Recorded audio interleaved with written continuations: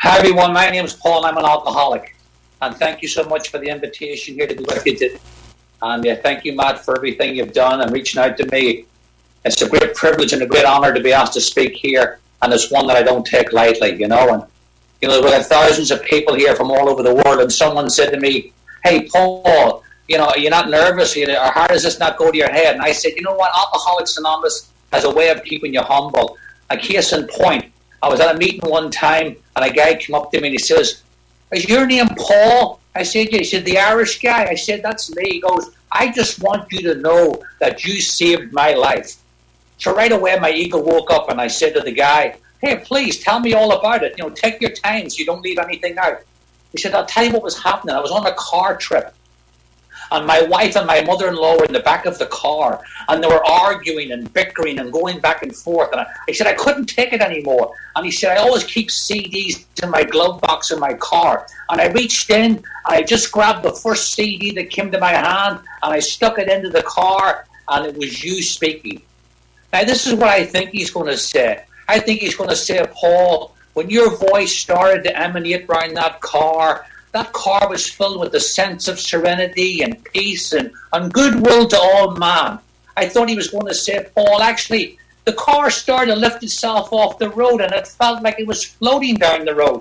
In fact, I'll tell you, Paul, the sunroof opened up and a white dove landed in the car, and there was a voice that said, 'This is my son, Paul, who I'm well pleased.'" But what he actually did say, he said, "I put your CD in, and within 5 minutes, I turned around, and my wife and my mother-in-law were fast asleep in the back of the car." And he turned around and walked away, and I'm standing there. So A has always got a way of keeping you humble, And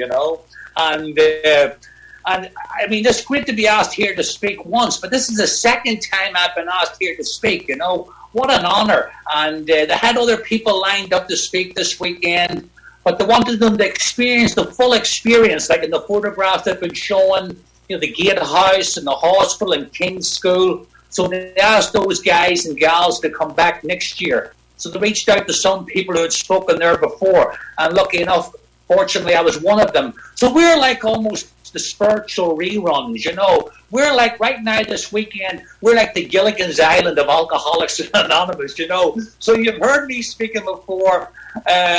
Please bear with me, But it's a great honour and a great privilege to be here. I love the fact that we're here, thousands of people from all over the world, and we've got one common problem and one common solution called Alcoholics Anonymous. And James Joyce, the Irish writer, he's got a great line from one of his books, and he's talking about Dublin, but it's so indicative of Alcoholics Anonymous. He says, "Here comes everybody." And that is Alcoholics Anonymous. You look around, we're all here. Gender, colour, creed, it doesn't matter. What's the old joke? Alcoholics Anonymous is the only place in the world that you can walk in a room full of strangers and start reminiscing. Because we mightn't know each other personally, but when you say you're an alcoholic, I know enough about you. I know you've experienced terror and frustration and bewilderment and despair. I know you put a drink to your lips as the tears roll down your face and you drank it anyway. I know that friends and family and loved ones pleaded with you not to drink. And for goodness sake, in my case, at the end of my drinking, I drank against my own will. I know that because I'm an alcoholic, and I know that because you tell me you're an alcoholic. But when we speak here, we speak the language of the heart. And what is that language? We all experienced great suffering getting here, and we've all experienced great love since we got here. And that's a universal language, and it overcomes all the barriers and language and whatnot, and we're here together like was just read there on this road of happy destiny, one alcoholic walking together with another one. I'll be honest with you. I never took my sobriety for granted. Every morning I wake up very grateful to be a sober member of Alcoholics Anonymous. But I took AA for granted. I just thought like AA has always been here. It's like the US mail or oxygen. It's always been here. And then you hang around Alcoholics Anonymous and you realize what a miracle Alcoholics Anonymous really is. And I feel so blessed to be born in a time and a place that has Alcoholics Anonymous, that I've been born in that 85-year window. Because for people like us, there's not a glossary of options. You go to a jail, you go to an institution, or you go to a graveyard. And the sad thing about disease, by the time I'm actually graveyard dead, I've been dead mentally and spiritually and emotionally for years. And anybody who mattered in my life is long, long gone. Because that's what we do to people. We squeeze and we squeeze till they say, go away and drink, or go away and don't drink. But you got to go. And here we are in Alcoholics Anonymous. Because of these men we've been talking about, Bill Wilson and Dr. Bob, there was a place for me to walk into in the worst night of my life and be given the grace not to drink. And it's so much more than grace. It's mercy. And the definition of mercy that I like the best is a complete reversal. The definition of mercy I like the best is entering into the chaos of another person's life. And that's what you did for me in August of 1992. When everybody in my life was going this way, the only people coming this way was Alcoholics Anonymous. And we're all miracles here today. I know we throw the word miracle around a lot, but what is a miracle? In my book, a miracle is a complete reversal or upheaval of the laws of nature. It's in my nature to be lying drunk somewhere right now on a Saturday afternoon, and I'm not. Now, how did that happen? It didn't happen because of me. It happened because of Alcoholics Anonymous. This is the last thing I tried, and the first thing that ever worked. I'm not here to sell AA in the next hour. It's a program of attraction, not promotion. But what I will tell you, and I don't mean cash and prizes, you cannot get where I am today from where I came from without Alcoholics Anonymous. It's an impossible journey. And why do I continue to come to Alcoholics Anonymous? I know how the movie goes, but I wouldn't miss it to see somebody else walking in on the worst night of their life and be given the grace not to drink. There was somebody at the door for me. I better be there at the door for somebody else. For that, I am responsible. You know, there's an old saying in there, you show me the most grateful person in Alcoholics Anonymous, and I'll show you somebody that's not half grateful enough. And that's the case with me. You know, and you think about it, the story of Alcoholics Anonymous. If you were to write down the story of AA in a novel and send it to a publisher, they would send it back to you saying, rejected, too far-fetched. Because when you think about it, who would have thought that a broken down, practically unemployable stock speculator and a doctor who had drank his business into the ground, that those two men would start the greatest spiritual movement in the history of human civilization for the treatment of alcoholics and alcoholism on a one-day-at-a-time concept. It's unbelievable, but that's exactly what happened. And if you look over the course of human history, you will see that God has taken ordinary people and worked with them and worked through them so that they could do extraordinary things. And that's exactly what happened with Bill Wilson and Dr. Bob Smith. You know, people say, oh, well, if it hadn't have been Bill and Bob, it would have been John and Jim or Judy and Jill. But it wasn't. It was Bill Wilson and Dr. Bob Smith. They're the guys that done it. For thousands of years, there's been people like me, couldn't fit in, ran at life with drink, ran away from life with drink. We were society's first outcasts.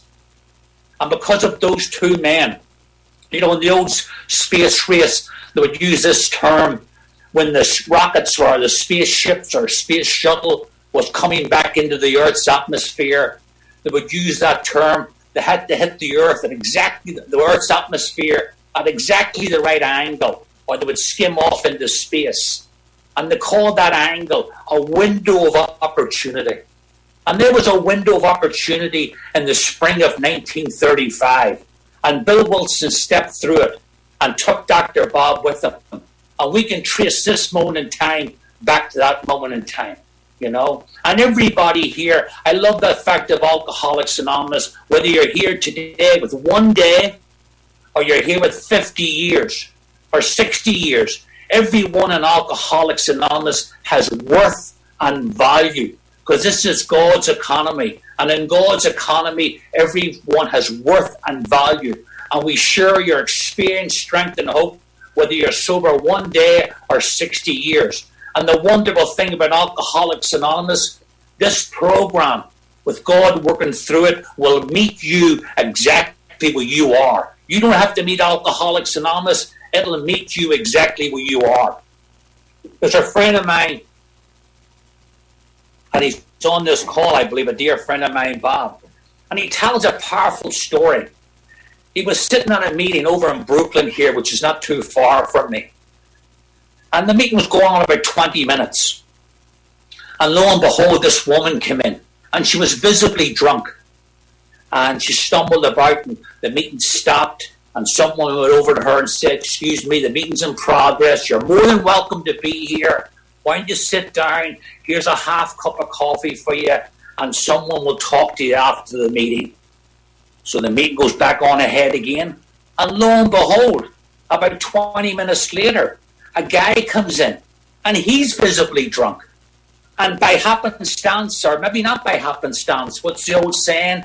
Is it odd or is it God? He sits directly across from this woman who had just arrived 20 minutes earlier. Now, she's sober 20 minutes.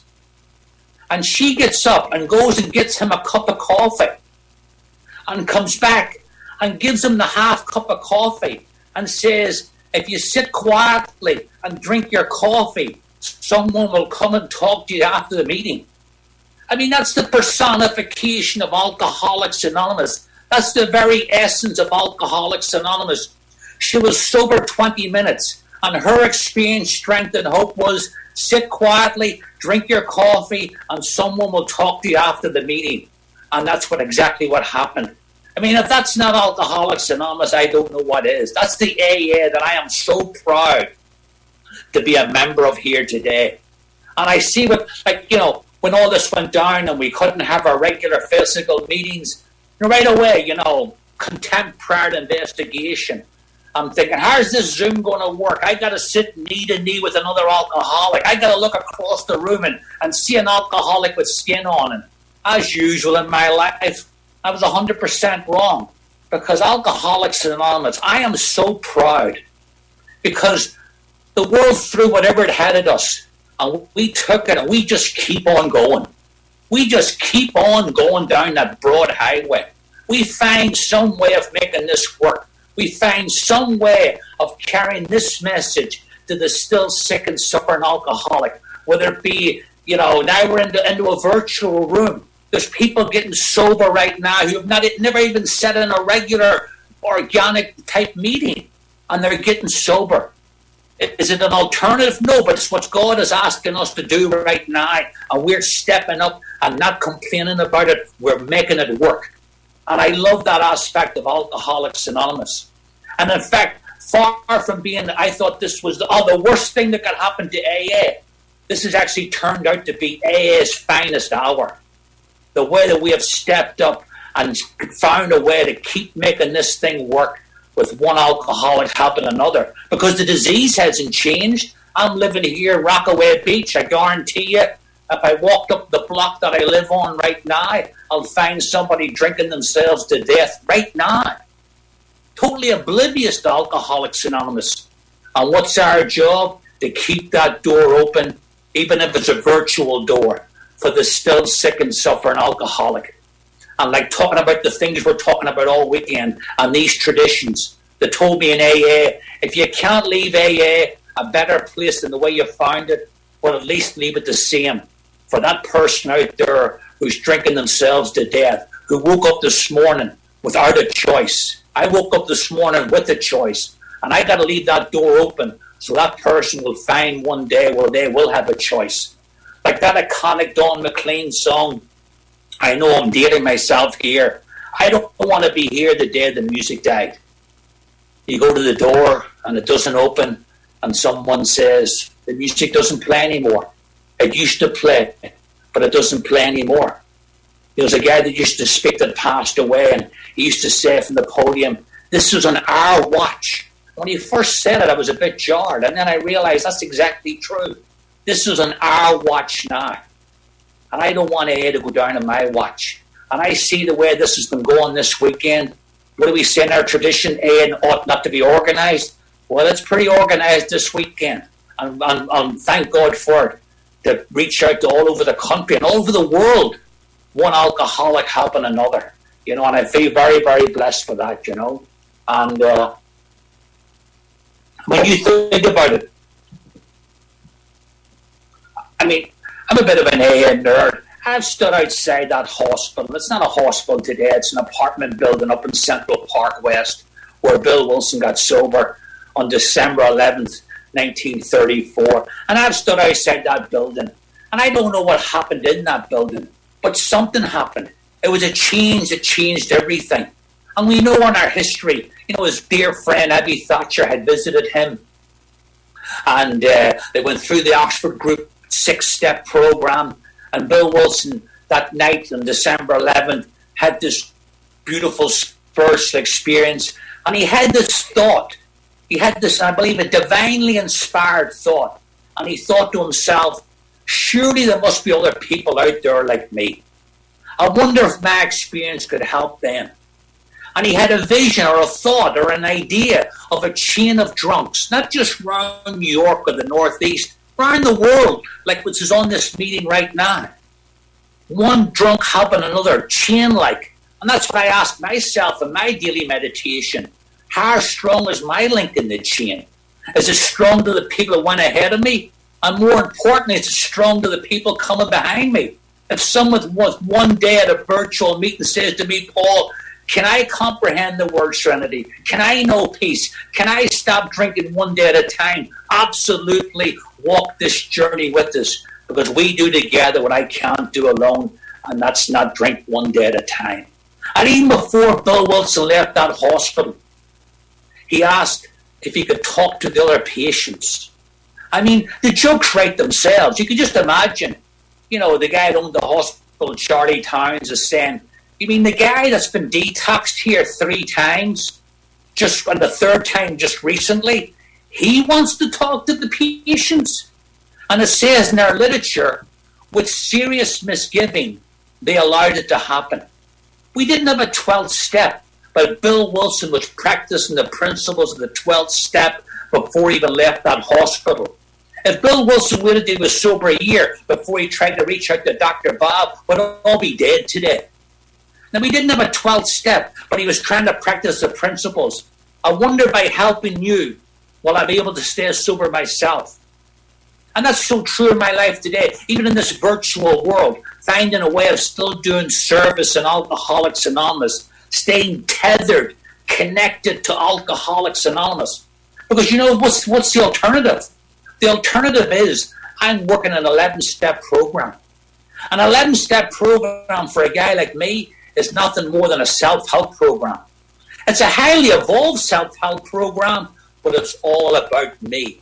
That 12th step completes the spiritual circuit. I need you and you need me, and that's okay by me. As my dear friend Liz B., the first African-American woman to get sober in AA in 1952, still alive and well and doing well, spoke at Bill Wilson's 28th anniversary. And she would always say when she was talking, without you, there's no me.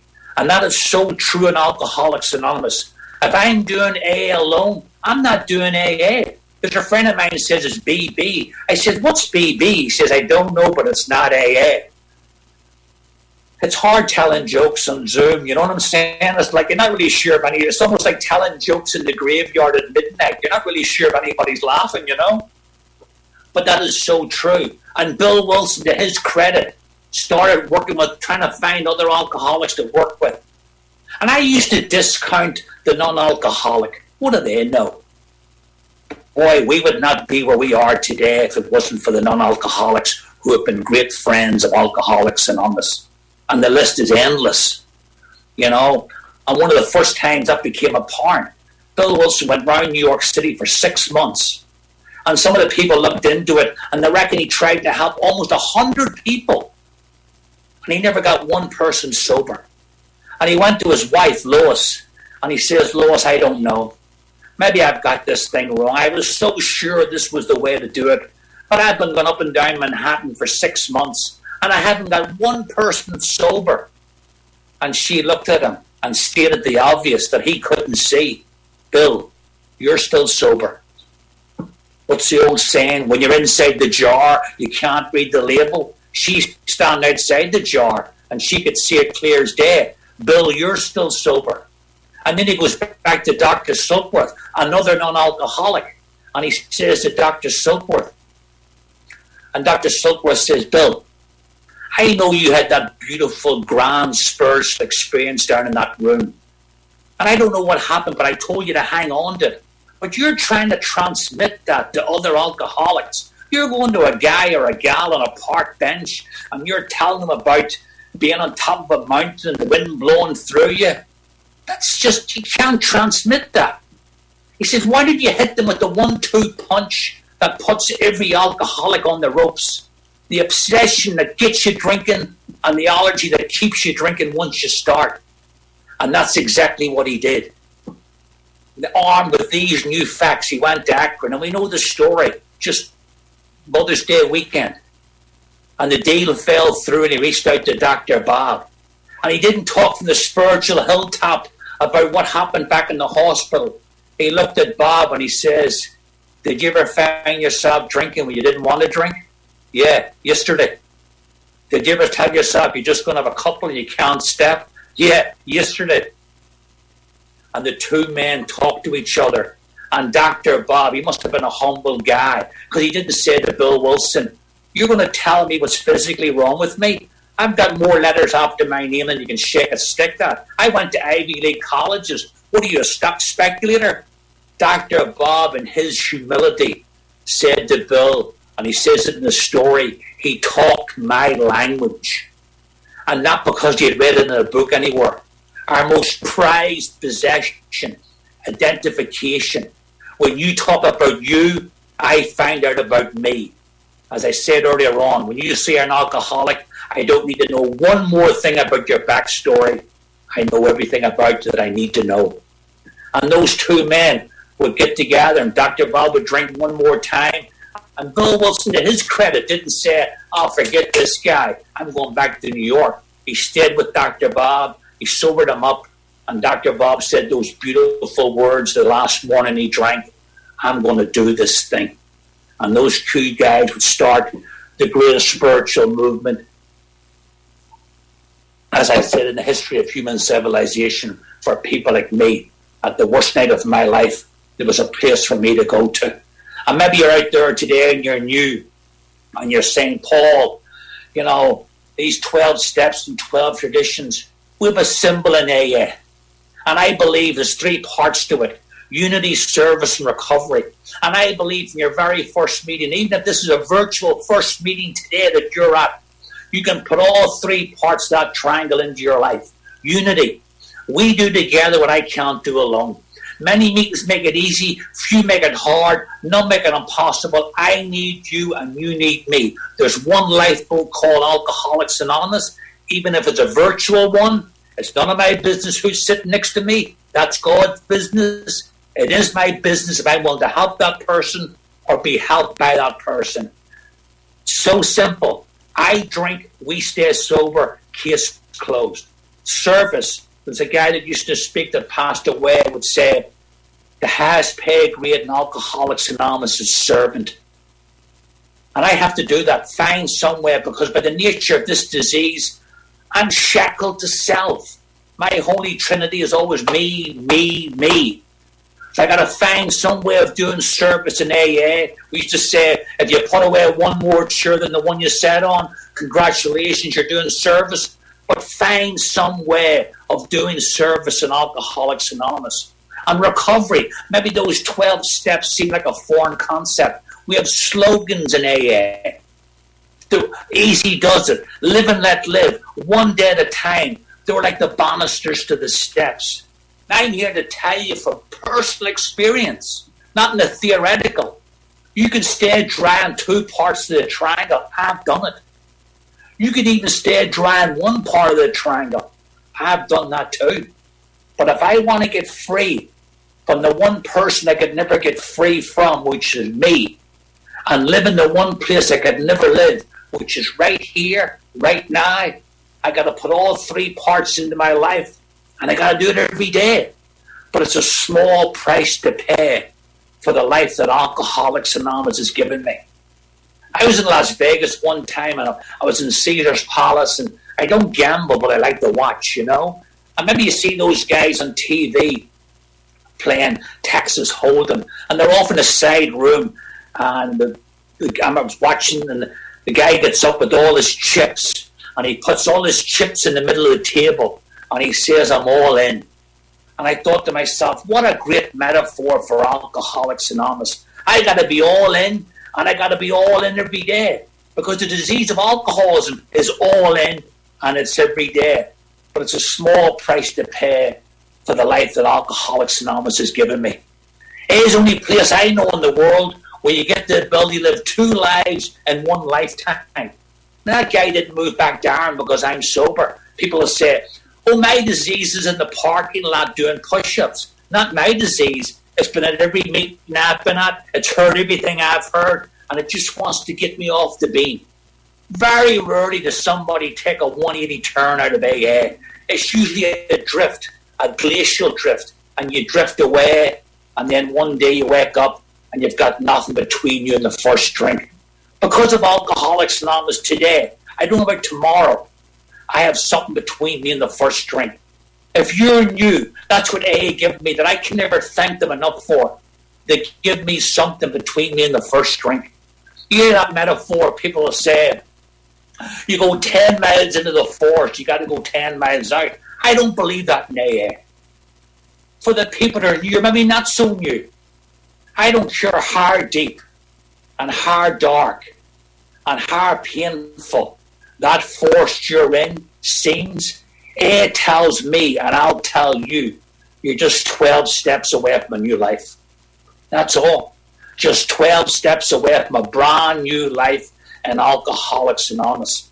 People come to and they go, "Oh, I came to AA and I got my life back." I don't want my life back. It sucked. I had it for 30 years. I could do nothing with it. I got a whole brand new life in Alcoholics Anonymous.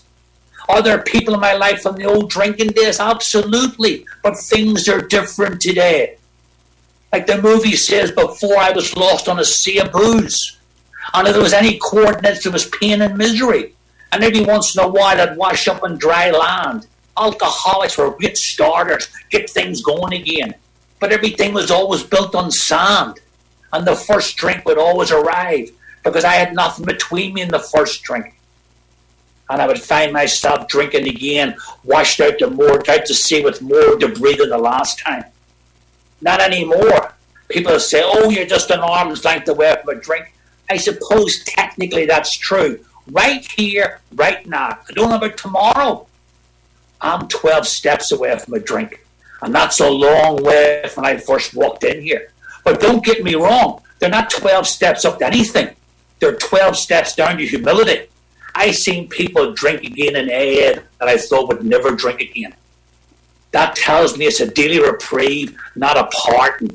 And the only way that I coast in AA is downhill. So a friend of mine got drunk after a long time in AA. He said, "You know how you get drunk in AA? You give those steps back 1 step at a time.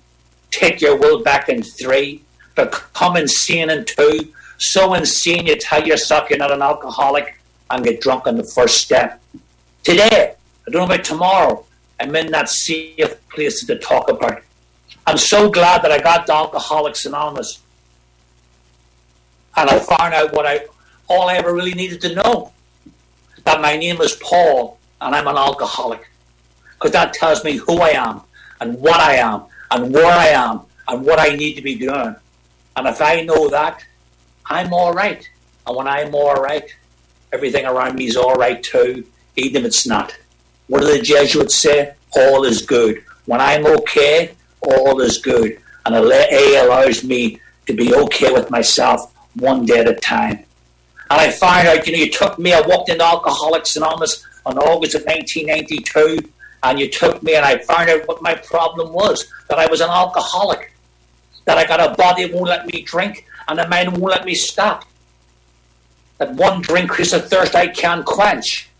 That when I control my drinking, I don't enjoy it, and when I enjoy my drinking, I can't control it. With your help, I haven't had a drink since August of 1992. One drink today, destination unknown. And you took me from a place of powerlessness and unmanageability through those steps to a place, not where I'm powerful, a place where I've access to power, a spiritual awakening, and what used to be not important is, and the vice versa. And I'm sitting here today. And what's the key to success in Alcoholics Anonymous? The program guarantees you a spiritual awakening. It's been my experience that the key to success in AA is to stay awake. It's so easy to fall asleep in Alcoholics Anonymous, especially when you've been here a while. And just like driving a car, you don't have to be asleep for a long time for something really bad to happen. But today, because of these people, this program, this fellowship, I'm awake and I'm alert and I'm grateful to be a sober member of AA. Now, why am I an alcoholic? I used to get a lot of mental gymnastics, why did I become an alcoholic? Where did I become an alcoholic? When did I become an alcoholic? The old alcoholic conundrum. What came first, the chicken or the keg? A lot of guys that get drunk trying to figure that one out. I just accept the fact that I'm an alcoholic. I mean, if God came down out of the New York sky here this afternoon and told me exactly why I'm an alcoholic, nothing would really change in my life. Hopefully I'd wake up tomorrow morning, say my prayers, reach out, make calls, take calls, go to meetings and so forth. But if I was to speculate, there's been two turning points in my life. The first one was taking a drink of alcohol, and the second one was walking in the meeting of AA. On both times I was looking for the same thing. Carl Jung, that was a great friend of AA, said that alcoholism can be characterized as a low-grade spiritual thirst. And I don't realize that, but I took that first drink, 14 or 15 years of age. The stone came out of the shoe, the knot came out of the stomach. I was able to scratch an itch that I couldn't reach for years. I'm filling in the holes I didn't even know I had. And my life went from black and white to colour in one drink. I bartended the last 5 years drinking, and I bartended the first 12 in AA. Most people drink because what alcohol does to them. I drink because what alcohol does for me. Alcohol does something for me that it doesn't do for a normal or even a heavy drinker. One drink changes how I feel about me, you, and this. And when alcohol does that for me, I'm coming back for more. I don't care what the consequences are. I'm sure you hear at a meeting all the time. You won't have to be in AA very long, and you'll hear a story that goes like this.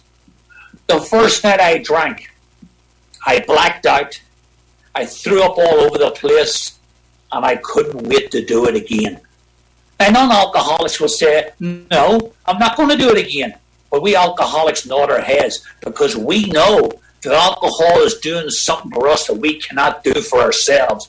Filling in those holes, taking off those rough edges. I could be everything I think you want me to be. And for a chronic people pleaser with low self-esteem, it was a magic elixir. But it was a Faustian bargain. I made a deal with the devil. Booze will give you a lift. But if you'd have told me, I love that book, the Charles Dickens book, The Christmas Carol, and you have the ghost of the past and the present and the future. When I took that first drink at 15 years of age, if the ghost of my alcoholic future had tapped me on the shoulder and said, I want to show you something. Look in that window.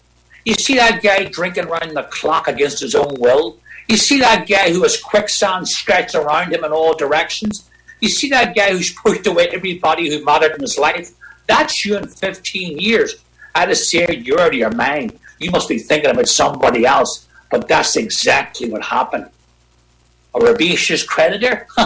In the Merchant of Venice, Shylock just wanted 1 pound of flesh. Not this disease. It'll take your job, your car, your partner, your spouse, your wife, the shirt off your back. But what it really wants is me 6 feet under. It'll settle for miserable, but what it really wants is death. This is a terminal disease. I mean, I don't know about other terminal diseases, but this disease will kill me stone dead with or without drinking my body.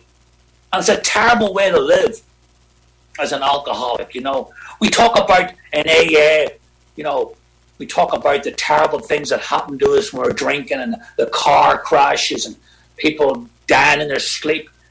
We don't talk about because it's hard to measure. George Eliot, the writer, says, it's never too late to live the life you're meant to live. And you know what the life for me would have been? I was drifting through life, half drunk, no idea where I'm going or why I'm going there, just drifting along on a sea of booze. And what happens is nobody's seen you for a while, and then one day they kick the door in, and you're lying there dead on the carpet, and your life came and gone. The unlived life. That's the life of an active alcoholic. The unlived life. And because of Alcoholics Anonymous, I went from an unlived life to a life well lived. And it is not too late to live the life you're meant to live before drink took you down a different road.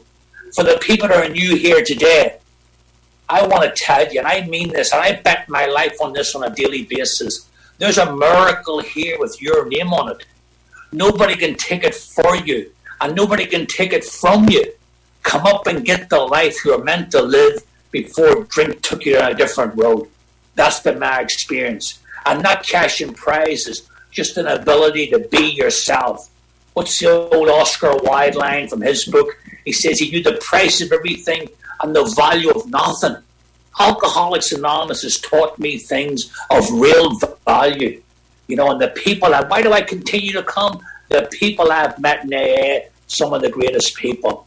And I drank myself out of Northern Ireland. There's no quince I'm standing in America, an Irish accent. I was a runner, a long-distance runner, always looking for an outside fix for an inside job. And I got to New York, and I just, like Bill Wilson says, I went down the proverbial ski jump. And thank God, Alcoholics Anonymous intervened. I love that fact, you know, the most beautiful words in an AA qualification, and someone's telling their story, and it goes down and down, and then they say the most beautiful words, and then. I know God's coming the next sentence, because there's not a person out there this afternoon, with more than 24 hours that hasn't had an and then moment. And this was mine. I was sitting in an apartment on a terrible drunk.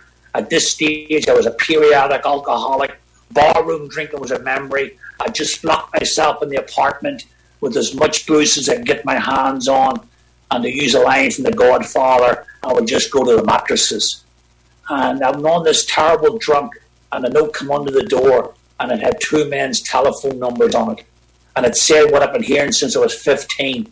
Paul, you're a nice guy, but you drink too much. And I picked up the phone, which is totally alien to my personality. And I called this guy's number, a complete stranger. And he had been praying that I might call.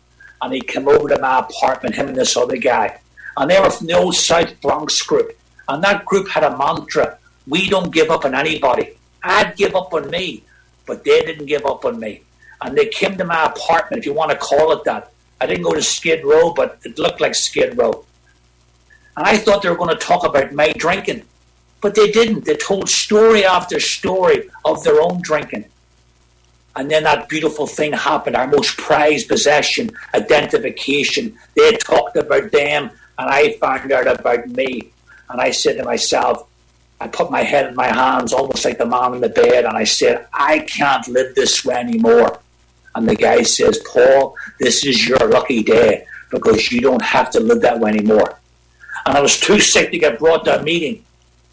But 2 days later, I was strong enough to get put in a car and get brought to my first meeting of Alcoholics Anonymous. And it's the greatest singular event in my life. I can't remember what was said at the meeting, who spoke or who didn't speak. But what I do remember is two men coming to me after the meeting, and they shook my hand and looked me straight in the eye. And they told me, Paul, if you want to stop drinking, you're in the right place. And we're not going to tell you that your life will get better, but if you stay here, you'll get better. And I walked out of that meeting that day, and someone met me who had heard it all before, hand on heart, promises, you know, Chris Christopherson Sunday morning coming down, never again, coming out of hospitals after convulsions and seizures, and drunk within 48 hours, and people go, what's with this guy? He just got out of a hospital, he's drinking again. And I said to this person, I think I've found something. I didn't know what it was. I couldn't have articulated or described it. But I know today what it was. It was hope. That's what Alcoholics Anonymous is. It's hope in human form. People get people sober. God works through people. And the spiritual conduit or the spiritual chain that he uses is the Fellowship of Alcoholics Anonymous. And I haven't taken a drink from that day to this day. I walked into the meeting one way and I walked out another. The longest I've ever off drink by myself was 6 weeks. And here since August of 1992 with your help. I'm not going to say that, I came into Alcoholics Anonymous and everything was wonderful and I'd walk between the raindrops. Life's hard. That was one of the big lessons I had to learn. Life is hard and life is not fair. And early sobriety, all sobriety can be tough at times. And that roller coaster goes up and that roller coaster goes down. Just don't get off. Stay on. Ride it out. And that's been my experience, And, I remember thought I'd come into AA and put this program into my life. And the big mistake I made, I came into AA and I was doing unity, I was doing service, but I wouldn't do recovery. I wouldn't do the third part of the triangle. Irish, stoic, don't tell nobody nothing. I'm here to tell you, you can fool them at the coffee pot at 7:30 at night, but untreated alcoholism would come to visit me at 2 o'clock in the morning with the couldas and the shouldas and the wouldas. I was carrying 2 hefty bags full of garbage around. I had a sponsor, but I wasn't using them. And I bottomed out. I've been at the jumping off place twice in my life. Once with drink and once with no drink and no program. A different type of pain, but pain nonetheless. And I bottomed out 2.5 years off drink, no program, on the Gowanus Expressway in New York here, a 6-lane highway.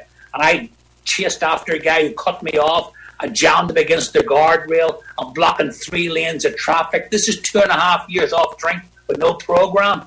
I go back to the car. There's an Asian man shaking behind the wheel. His wife's crying in the passenger seat, and his 3 kids are crying in the back of the car. I apologized, and I drove to my sponsor's house, and I told him what I just told you. And he says, Paul, how old were you when this happened? I said, how old? This happened 20 minutes ago. Maybe we're getting lost in translation here, We've got to get you hooked on phonics, the Irish version. He says, Paul, His Majesty the baby. He said, you've been tiptoeing around this program. He said, if you don't get into these steps, if you don't get into this program, if you don't get free from the guy you got to get free from and live in the place you can't live, which is right here, right now, your life's going to go on lived, and that's on you, my friend. And that's exactly what was my number. It was like he walked into my bedroom at 3 o'clock in the morning and pulled the covers off. He says, you're like a starving man at a spiritual banquet. There's all this food on offer, and you're living on bread and water. And against my better judgment, in fact, everything that's helped me in AA has been against my better judgment. I get into the cause and effects of my drinking. Is it nice to go through the steps and get a full knowledge of your condition? Absolutely. Is it nice to go through the steps and drop those rocks or hefty bags or whatever you want to call it? Absolutely. But for what purpose? What's our job description? Stay sober and help another alcoholic. And that's when my life caught on fire. When I turned around and tried to bring another man through the steps. Great events came to pass, And we able to get through difficult times. I remember going through a divorce at 20 years sober. Another guy involved. Don't put my head away. And my 9-year-old daughter would be crying herself to sleep saying, Daddy, I don't want to get divorced. And I go into the living room and say, oh my God, how come I didn't see this coming? I'm not a good AA'er. And thank God I didn't go through it alone. I'll get a guy like me in trouble at 25 or 27 years sober. How can I go to my home group and tell them my life's falling apart right in the middle of AA? But I did it because I wanted to be free and I wanted to be sober. I didn't have to do a PowerPoint presentation, but I got to let people know what time of day it is in my spiritual world. Alcoholics Anonymous is a reality check on how your life's going today. Not how I think it should go or I want it to go. How does the rubber meet in the road in my life today? And I share with that with men and women and took actions I didn't want to take. It's easy to do what you want to do in AA. I got sober and stay sober doing things I don't want to do, or more importantly, things I don't believe in. Why is getting on my hands and knees and praying for this guy going to help me? But that's what I did. And I remember I was asked to speak at a meeting, And I said to my sponsor, I'm not going. What have I got to offer? He says, what do you mean? I said, I'm 20 years sober and my life's falling apart right in the middle of AA. Who wants to hear that? He says, Paul, what do you think this is here? Rainbows and unicorns? And we go skipping down the happy road of destiny and nothing ever happens? This is life on life's terms. You go to that meeting tonight and you tell them how you're trying to practice these principles in all your affairs, how you're trying to practice these spiritual principles in a situation that seems unspiritual. Why don't you tell them how you're trying to take the high road, even though you don't want to take the high road? And that's what I did. And it wasn't pretty. But that's life on life's terms. And Alcoholics Anonymous. I'm not looking for the escape hatch anymore. I'm living life on life's terms. And I love what Dr. Bob says in his story. He talks about he had his drinking privileges and God had to take them away. I love that fact. I'm like that too. I don't, somebody, oh, Paul, a new type of vodka come out, doesn't give you a hangover. I could care less. I had my drinking privileges and I abused them so badly. Just like Dr. Bob said in his story that God had to intervene. I look at a bottle of booze today, I might as well have a skull and crossbones on it. It's not for me. If you can drink, our hats are off to you. For me, this is the easier, softer way. And for me, it's not about the early days. It's about the last days. And when I think of the last days of my drinking, just like Bill Wilson and his story, it's always November. It's always bleak. And the rain's running down the window. And I'm sitting in the apartment, drinking round the clock against my own will. And I look out the window and I see people going by, doing the everyday stuff of life. And I want to be where they are. But I know I can't. And I'm sitting there. And I don't want to drink. But I've no choice but not to drink. And I put the bottle to my lips, reluctantly. And I think to myself, whatever happened to my life? How did it ever get this bad? And what I want when I drink, I want unconscious time. I'm drinking for unconscious time. Maybe if I can drink myself into a state of unconsciousness, the pain of living will stop for even a short period of time. That's what I think about. I don't romance booze anymore. That's where I'll go back to. The good old days, forget about it. It's the last days. That's where I'll go back. And if you come to my apartment, if you'd have went to my apartment that time, you would see a man dying. You would see a man dying before your very eyes. But if you came to my apartment this morning, you will see a man living. And I'm not saying a perfect life. You come to my apartment, you're not going to see perfection, so go next door. But you'll see life on life's terms. You'll see life and family, and things are going on, and I got remarried, and I got a beautiful 2-year-old daughter. I know what you're thinking. You don't need to check your camera. I don't look old enough to have a 2-year-old daughter. I get that all the time. But you come here today, you won't see perfection, but you'll see life on life's terms. Many times, I dropped the ball many times. The words are going across the living room, and I'm trying to put them back in my mouth. And thank God for the program Alcoholics Anonymous, that I can always start over. Is it nice to have the pause button when agitated? Yes. But thank God for the reset button, where I can start my day over. I'll tell you something that happened in this apartment the very morning. My beautiful daughter Dahlia's climbing all over me, and the dog is coming over with his toy, and he's dropped it in front of me.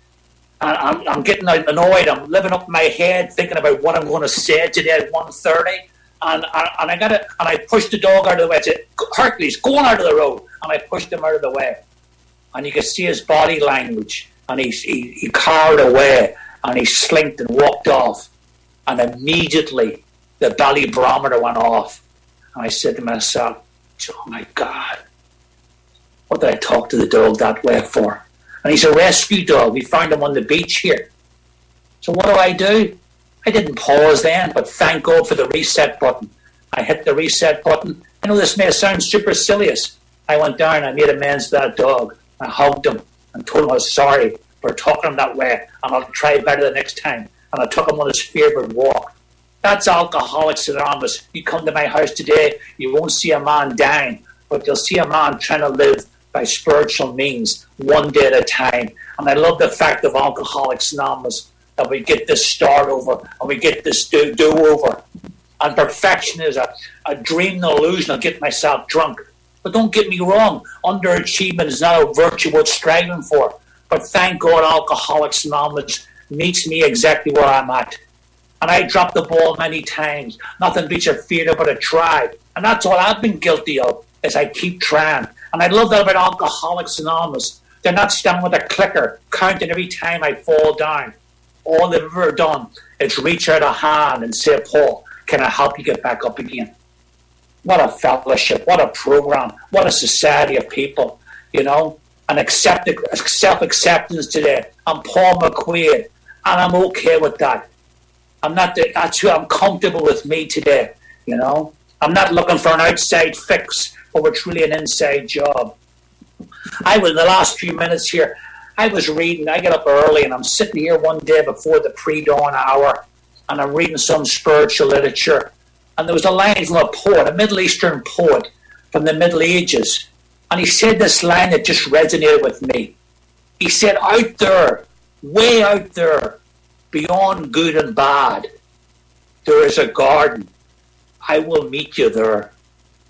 That's where I want to live in Alcoholics Anonymous. That's where these people live. We're not perfect. It's progress, not perfection. And we meet in that garden between good and bad.